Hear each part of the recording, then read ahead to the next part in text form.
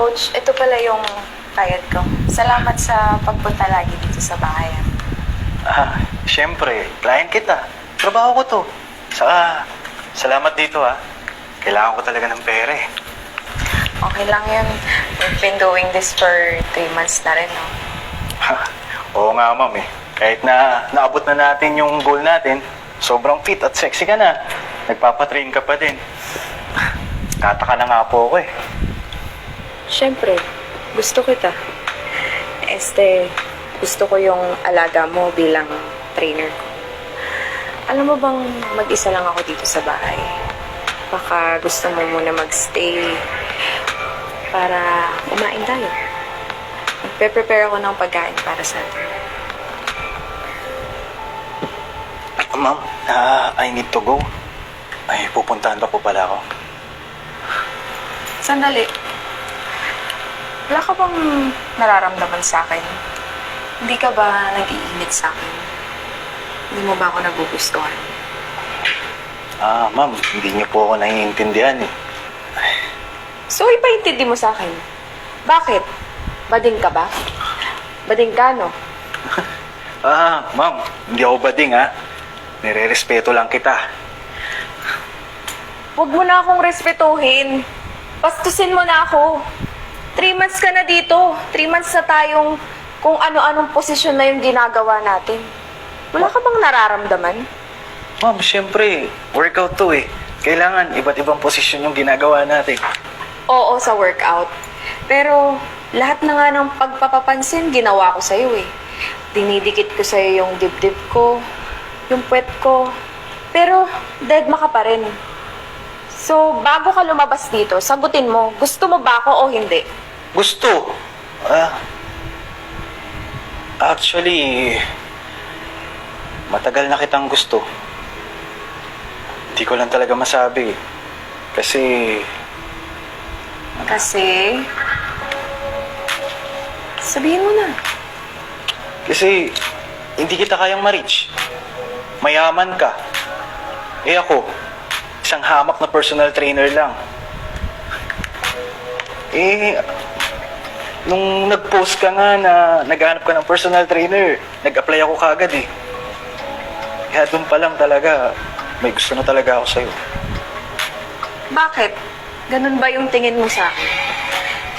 Una pa lang naman, alam ko na lahat nung in-interview kita. Ma'am, kasi... Ayan! Ayan!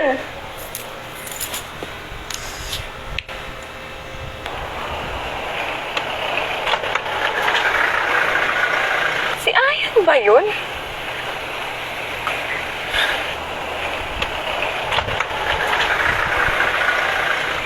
Ayan!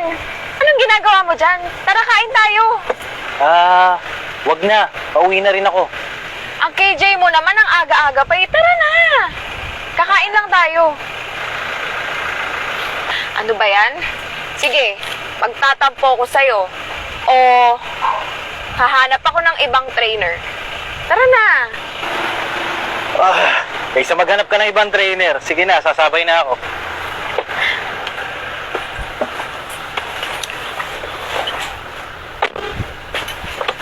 Sasakay ka rin pala eh. Alam ko naman, hindi mo ako matitiis. Pero, totoo yung sinabi ko sa'yo na gusto kita. Amy, alam mo naman yung sitwasyon ko, di ba?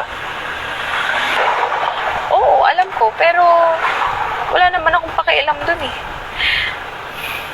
Pwede na ba kitang ligawan?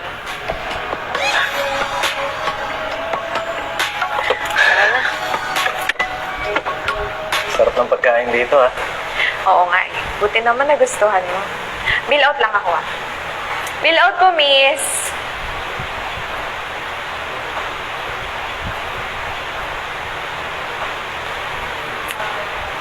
Ano ka ba? Ako naman nag-aya eh. So, ako na yung taya. Sorry bawi ako sa susunod. Hindi na kailangan. Or, pwede rin naman para may rason tayo ulit para magkita. Pero ito, ako na dito. Paid na to. Amy, sabi ko na nga, ikaw yan eh. Alain mo yun, sa dinami-dami ng lugar dito sa Tomas Morato, sa Wingfinity pa talaga tayo magkikita. Uy, hindi ako na-inform ha. Charity ka na yata ngayon eh. Pati kayo nagbabayan. At sino naman tong pulubing kasama mo? Ano bang problema mo, Dick? Pwede huwag kang gumawa ng eksena dito? O bakit? Naiya ka? Naiya ka sa mga tao dito? Sa kaibigan ko, naiya ka? Bakit tayo mong ipaalam na ang babae na ngayon ang nagbabayad ng bill tuwing kumakain? Ikaw naman, oh. Pagpapalit mo na lang din ako. Dito pa sa isang pipitsuging lalaking to. Na-offend ako. Shit! Ano ba yan?